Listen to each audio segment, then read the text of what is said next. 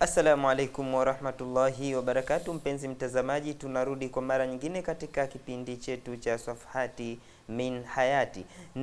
Na tuko na Shekhe Abu Hamza, kama ndio kwa mara ya kwanza leo unapata kutushuhudia katika Africa TV.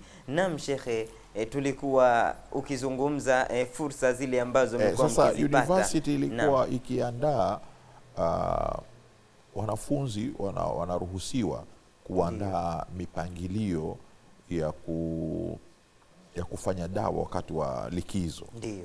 Kwenda nchi tofauti tukipewa tikiti, matumizi na kila kitu. Ndio. Mfano tukaenda Zaire pamoja na wanafunzi kutoka Sudan hapa.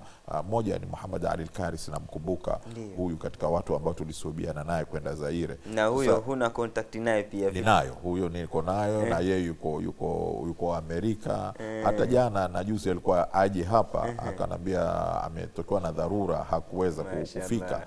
Hata tukizungumza kwa wajukuu zake wapiga kelele. Lakini si ungetembelea familia yake? Nafikiri nitaitembelea kwa sababu naijua hata ule mtaa wanaoishi pia naujua, kwa sababu nilikuja hapo wakati ule 1982. Nilikuja nikaenda kwa Wad Nubawi Omdurman. Hata ule mtaa wenyewe sikusahau mpaka leo, unaitwa Wad Nubawi na namba ya nyumba pia ninaikumbuka.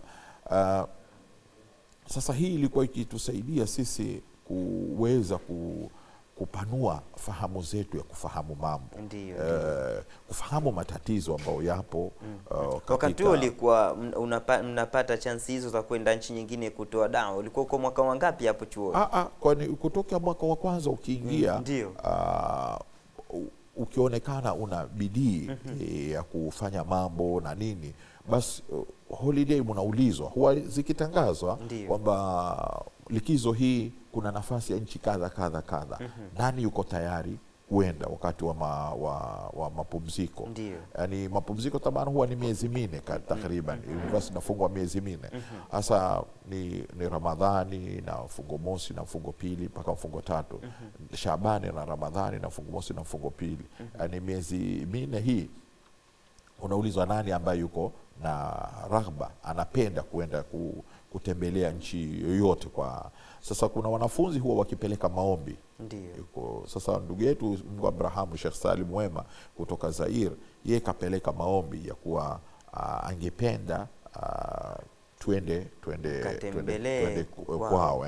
Na asili ya hii yeye kujua hivi, so sisi tulikuwa tuna mkusanyiko wa wanafunzi wa kutoka East Africa, tulikuwa tukijikusanya, halafu tukikutana na wenzetu wengine kwa mambo ya kubadilishana mawazo.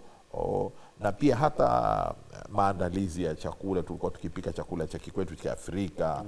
Tutapika chakula aina fulani. Tulikuwa na ndugu zetu kama Ahmad Fadhil Mungu Abrahamu amekwenda mbele haki, Kale Saleh Mungu Abrahamu, ndugu yetu mwingine kutoka Zanzibar alikuwa akiitwa Majid, Sheikh Bahrahian Salim Bahrahian, huyu ambaye yuko sasa hivi yuko Tanga, Mungu amjaze khairi na Mungu ampe afya, ambaye tulikuwa tukishirikiana sisi. Sasa wakati wa likizo tulikuwa huwa tukienda sehemu tofauti. Katika kuenda katika zile sehemu, sasa tulikuwa tukipanua mawazo yetu ya kuona kwamba sisi kumbe kuna majukumu makubwa yanatungojea katika hizi nchi zetu. Tulipotembelea Zaire kule, tuliona hali ngumu sana kwa Waislamu. Viwango vyao vya masomo viko chini, matatizo mengi tukayaona. Taban tulikuwa tukiandikia university kwamba tumeona, tukitoa ripoti kwa university kwamba tumeona hali hii na hii na hii, na baadaye university ilikuwa ikitoa nafasi zaidi kwa nchi zile kupatikana watoto kuja kusoma katika ile university. Ilikuwa ni njia moja ya kusaidia kufahamu university, kufahamu matatizo yaliyoko. Tukieleza kwamba hatukukuta shekhe, ila ni yule shekhe huyo kijana mmoja tu ambaye Mungu Abrahamu sasa hivi amekwenda mbele haki, Sheikh Salim Wema, kwamba huyu peke yake ndiye shekhe ambaye alikuweko katika sehemu ile, kwa sababu pamoja kwamba yeye alikuwa ni mwanafunzi wakati ule, lakini kwa kule alikuwa akitegemewa yeye kama ndiye sheikh. Sasa tukifika katika sehemu zile kwa sababu ya lugha, sasa mimi nilikuwa mara nyingi nikichukuliwa kwenye East Africa hizi kwa sababu ya lugha. Tukienda pahali wale wenzetu kama vijana wengine wa Kisudani wakishiriki hawajui lugha ya Kiswahili. Sasa wao wanazungumza kwa lugha ya Kiarabu, mimi na tafsiri kwa lugha ya Kiswahili. Kama Wazaire huku upande wa mashariki wanazungumza Kiswahili, Uvira na sehemu hizi ambapo tulitembelea, ambao ndipo kule alipozaliwa yule shekhe kwenyewe, maana tulienda kwenye kile kijiji chake haswa. Ndio wanazungumza lugha ya Kiswahili vizuri tu kama wa Tanzania, maana kwa vile wameambatana na Tanzania kwa mipakani kule, wanazungumza lugha ya Kiswahili vizuri sana. Basi ikawa sasa ile imefungua maono yetu ya dawa. Sasa tukawa tuwaomba katika university kufanya camp za youth katika siku za mapumziko. Tukafanya pia moja Lamu, tukashirikisha vijana wa kule na kuonesha umuhimu wao kusoma na kupanua mawazo yao. Pia kutafuta wenzetu wengine waweze kujiunga. Tukapata vijana kadhaa ambao wakajiunga. Sasa hivi wamekwenda mbele haki kama Ahmad bin Muhammad Umar al-Amudi, Mwenyezi Mungu amrahamu. Huyu ni katika vijana ambao walikuja baada mimi kuwekwa kule. Nikawa mimi natafuta nafasi katika kile chuo, naenda nazungumza na wale wahusika na nilikuwa nimekuwa karibu na idara ya chuo katika kupangilia mambo pale ile ya scholarship, na ilikuwa wakati ule fursa zilikuwa nyingi sana. Yani ilikuwa ni wewe tu uweze kwenda kujieleza na kukamilisha yale masharti. Ilikuwa sio mambo magumu kama hivi sasa hivi leo na mambo. Ilikuwa ni fursa hakika watu wakizipata kiurahisi sana. Vijana kadha tukapata fursa kuwafanya nao wajiunge katika chuo. Baada ya mimi kujiunga kule, nilipata pia wanafunzi wengine ambao sasa hivi baadhi yao wamekwenda mbele haki, lakini ni watu ambao walishirikiana na sisi. Kwa hivyo kulikuwa kuna zile fursa zilizokuweko wakati ule, zilikuwa ni fursa adhim. Maana kwa sasa hivi hazipatikani fursa kama zile. Imekuja masala ya umri, wakati ule ilikuwa hakuna kuulizwa masala ya umri, kwamba ukifika miaka 26 hukubaliwi tena katika vyuo. Sasa hivi masharti mengi yamejitokeza, lakini wakati ule hayakuwepo.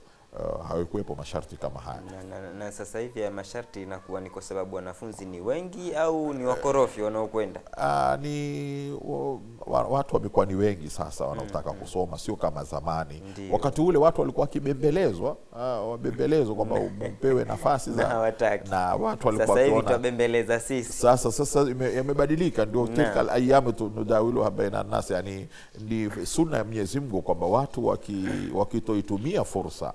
Kama Sudani wakati wa mwanzo kuanza ilikuwa hakuna habari ya kulipa. Sasa hivi ukitaka kuja Jamia ya Afrika nafikiri percentage kubwa sasa imekuwa ni watu kujilipia. Watu ilipoanza ilikuwa ukija malipo ya mwanzo yote ni wewe mwenyewe. Ulikuwa hulipi. Zamani mwanzo ilipoanza Jamia ya Afrika ilikuwa hakuna kulipa.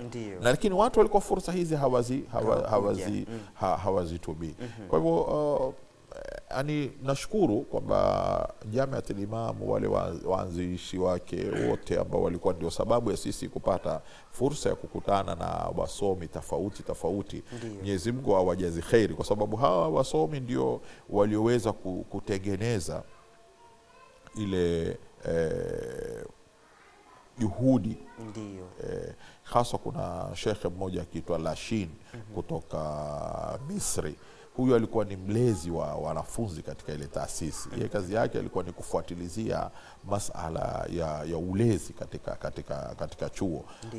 Mwenyezi Mungu Subhanahu wa Ta'ala amjaze khairi. Si kupata habari zake mpaka sasa, sijui kama bado yupo katika qaidil haya au yuko vipi, lakini alikuwa ni mtu mashaallah, yani Mwenyezi Mungu kampa busara za hali ya juu kabisa, na yeye alikuwa akichukulia sisi kama watoto wake, Ndiyo. yani kutufungamanisha baina yetu, na ndio pia tukajuana na Sheikh Salim Abdurrahim Barahian katika zile manashiti zile za wanafunzi ambao tulikuwa Barahiani huyu wa Tanga, huyu Barahiani wa Tanga, tukajuana huko Riyadh, tukajuana chuoni. Mlikuwa mwaka mmoja walikutangulia? La, kulikuwa tuko college tulikuwa kwenye chuo university moja, lakini faculty tofauti. Wao walikuwa katika kitengo cha sharia, mimi nilikuwa katika kitengo cha usuli dini. Kwa hivyo tulikuwa twakutana katika ile mikutano yetu ya mwisho wa mwaka.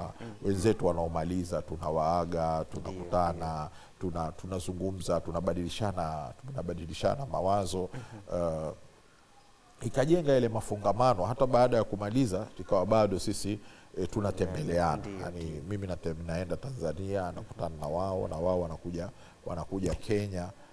Ikaleta mafungamano mazuri katika mambo ya dawa, yani kubadilishana mawazo katika mambo ya dawa. Ndiyo. Naam.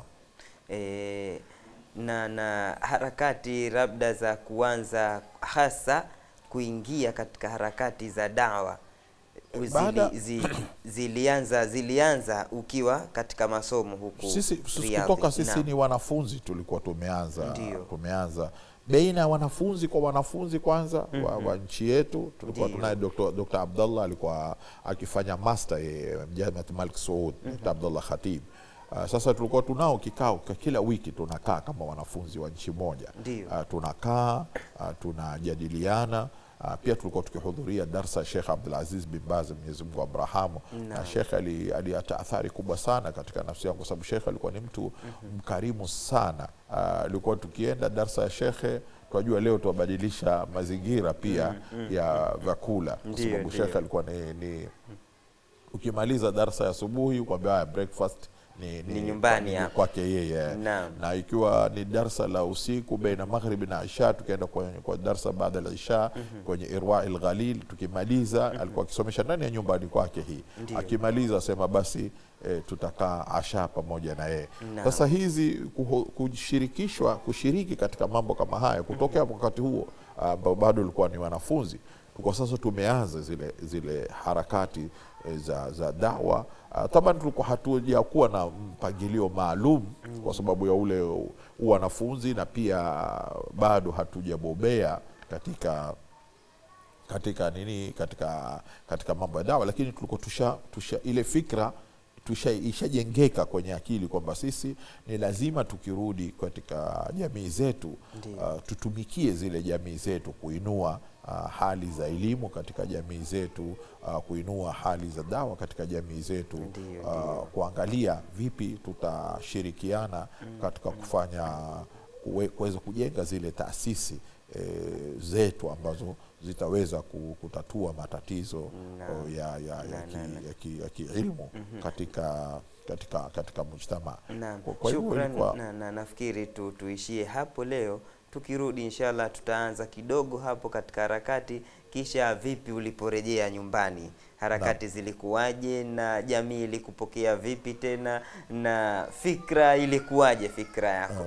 Na mpenzi mtazamaji, basi kwa leo tufikie hapa, tukijaaliwa tena wakati mwingine tutazungumza mengi. Bado kuna mengi ambayo tunaweza kumhoji Sheikh Abu Hamza, na ili tupate faida na mazingatio. Basi ni kuache na Africa TV ukiendelea na vipindi vingine. Tutaonana wakati mwingine.